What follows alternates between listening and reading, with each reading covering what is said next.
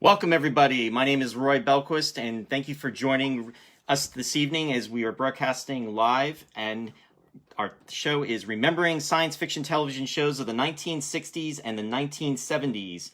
And tonight we are doing episode number 8, UFO. With me tonight is my co-host, is my longtime friend and science fiction fan, Mr. Warren Friedrich. Warren, welcome. Hi, how's it going, Roy? It's going great, Warren. How are you doing tonight? Excellent, excellent. Thanks for the invite. Oh, absolutely. Welcome. I'm very happy to have you on here.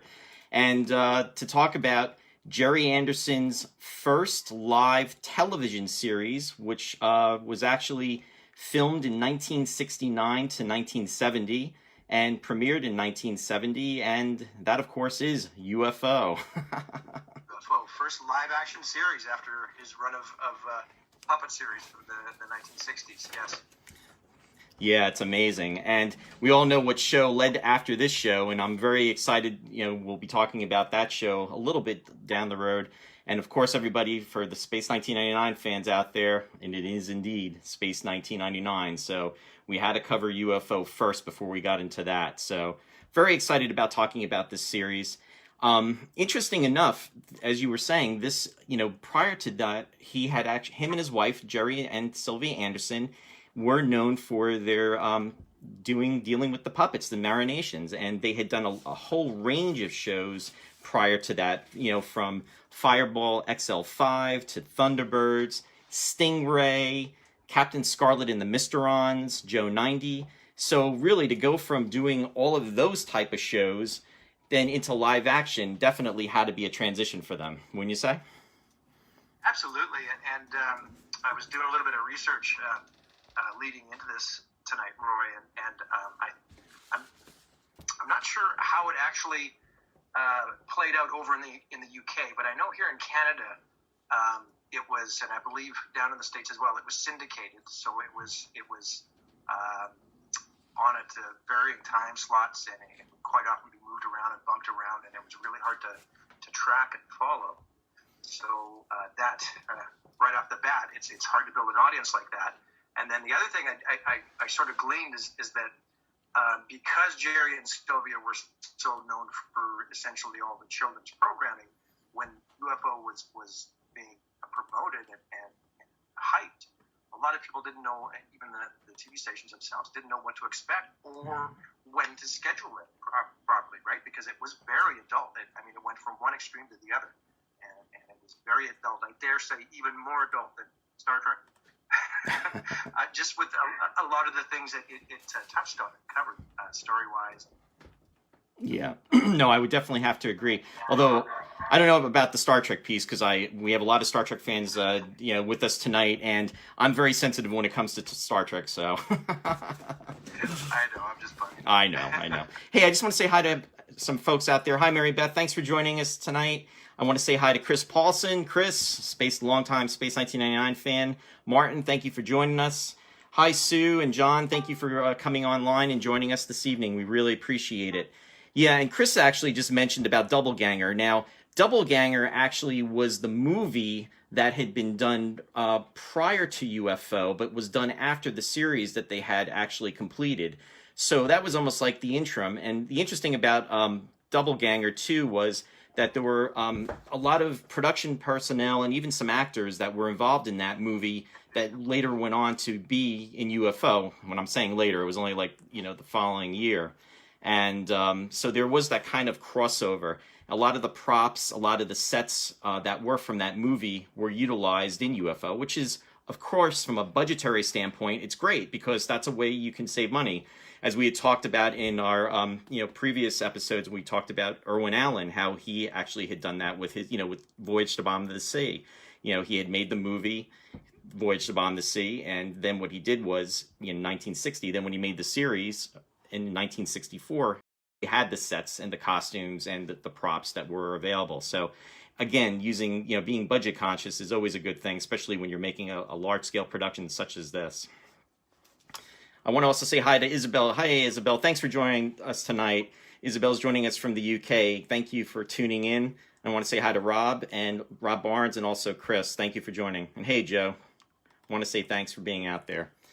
But yeah, I mean, it was definitely, and when you look back on UFO, it was only a show that lasted for one season.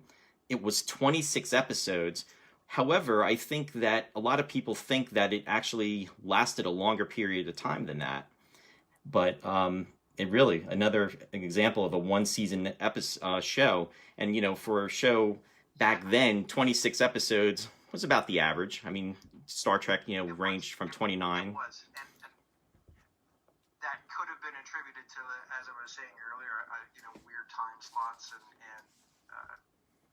just the whole syndication thing where there was no set schedule and you might have caught an episode one week and missed it the next week. Sure. And what have you. But when I first saw it, when I was first exposed to it, and one of the things that really struck with me anyway was the overall look was just so impactful, right? I mean, the design work and the music, of course, and sound effects and everything that Anderson series were known for, right? But UFO was very distinct, and nothing has come even close to it as far as matching that look, right?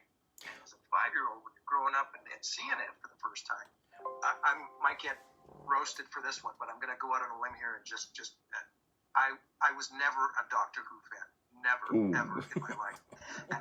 And so many of my friends are like, oh, you got to watch this. And I couldn't get into it because I'd say, oh, the stories are so great. But I could not get into it as a 5-year-old because to me, the cardboard sets, I lost all believability at that point, and I just wasn't able to focus. But when you flip on UFO or space, I mean, those were shows that, even if the stories, say what you will, right? But it's that look that really grabbed me as a 5-year-old anyway.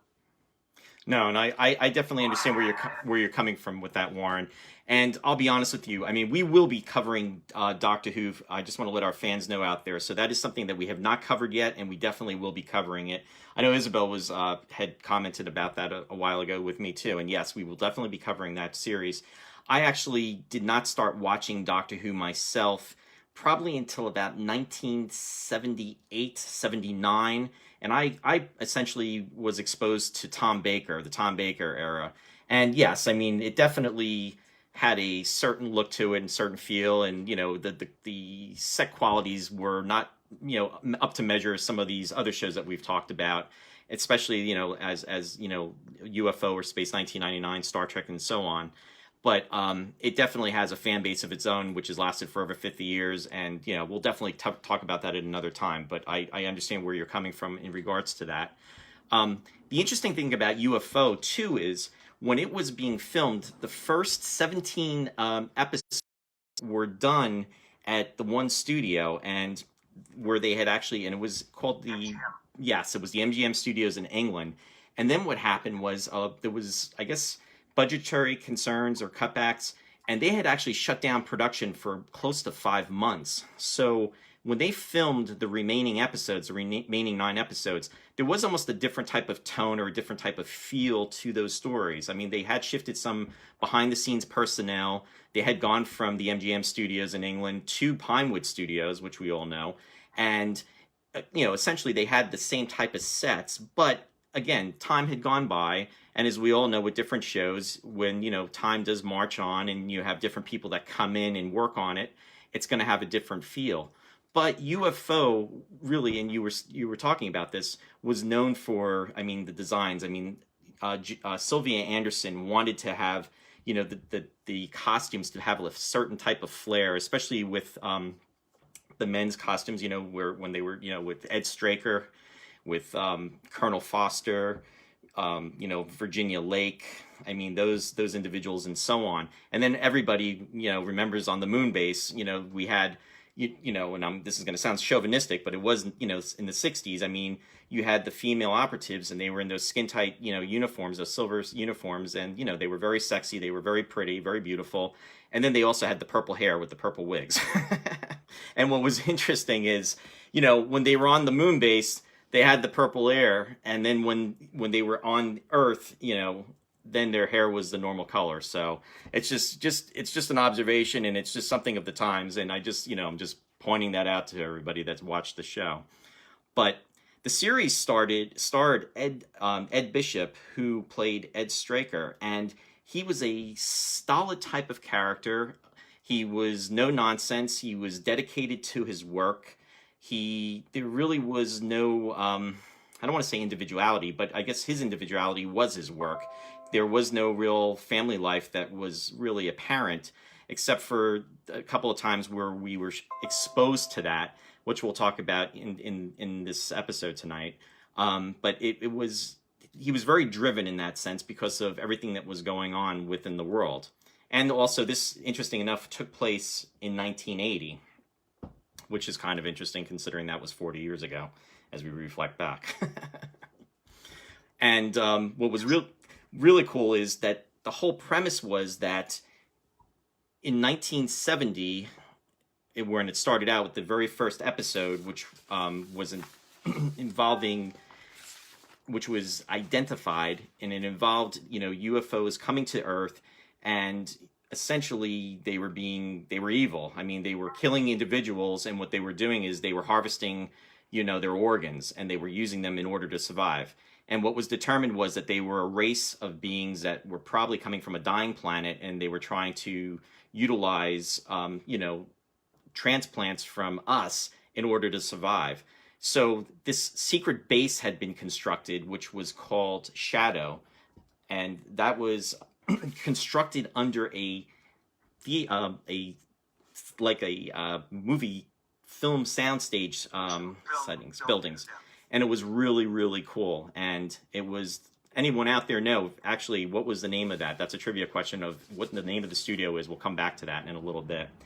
But anyway, it was an underground setting, and nobody on top, and where the film studio was, knew that what was going on. And Ed Straker, his role essentially was to act as at the head of one of the heads of the studio. But meanwhile, he was the commander of this operation, which was SHADO, Supreme Headquarters of Alien Defense Organization. And then they also had the Moonbase, which would be on the lookout for aliens that were trying to penetrate to Earth. And then they had these really cool ships that were called interceptors, which was really cool. And also there was Sky One, which was a flying ship that would launch from a submarine. So they had different types of defense systems. And that was pretty much the premise of the series. Right, and SID, Space Intruder Detector. Right, yes. And that was an orbiting satellite, which essentially was monitoring anytime a UFO was going to be taking place. And whoops, we just had some technical difficulties, and I think we lost our connection. I am still broadcasting, but Warren, are you still with me? Oh, I'm sorry, folks. We actually have had a technical difficulty, and we are going to try to reconsume. Oh, and there, Warren should hopefully be back in a moment. And there is Warren. Warren, can you hear me? Yeah. Okay, yeah. we lost you temporarily, Warren. We had I think maybe. No problem. I think Sid actually corrected the issue, and we're doing better now. We may have had some alien interference as we're talking about this. But no, and that was essentially the story and the premise of the show. And it just dealt with different types of issues and that were going on at the time. And it was very, very fascinating. Now, what was your first recollection of watching?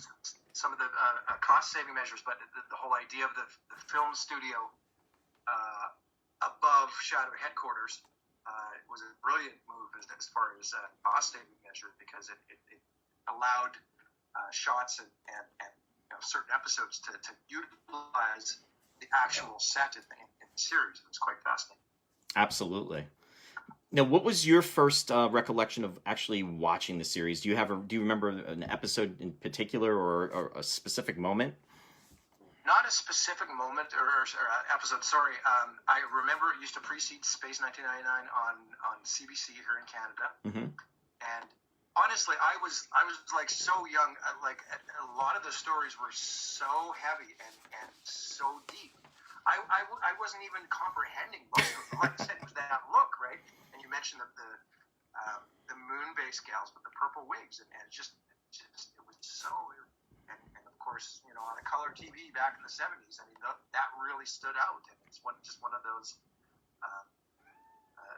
things that sort of stuck with me all these years. I've watched the episodes timeless. I've got them on Blu-ray, and I had them on recorded or VHS back in the day. I mean,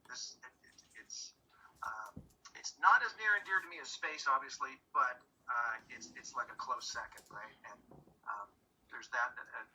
You know, down through the years, there's been all of the fan theories involved with, well, was UFO actually a prequel to space? And in some ways, yes. And there's no denying it, because if it weren't for UFO, there never would have been a Space 1999, right? So I'm not sure if a lot of people realize that or not, but it actually started production on the second year of UFO, and then the word came down, I think, from the New York ITC office pulling the plug on things, but Jerry spun it a little different way to Sir Lou Grade and said, well, what if we do this instead? And so essentially, space was born from UFO. No, you're absolutely right about that, Warren. And I love hearing that story, too, because, you know, the show, when it was being shown here in the U.S., you know, the U.S. market was the market that they were trying really to reach. And unfortunately, the ratings were not what they, you know, were hoping. They had declined.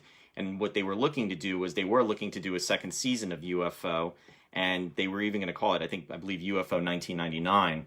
And then, unfortunately, what happened was they decided that, you know, to abandon it because just the ratings weren't there. And then there was a lot of back and forth in regards to, you know, launching the show and you know, doing something different. And one of the complaints that had come through was that if they were to do a show, that they did not, Sir Lou Grade had indicated to Jerry Anderson that they did not want to have it take place on Earth, and that was one of the stipulations. So that kind of led to, you know, the formula of, well, if the moon gets blown out of the Earth's orbit, then there won't be any stories that were really going to be taking place on Earth. And that kind of, you know, set the pace and the tone for that.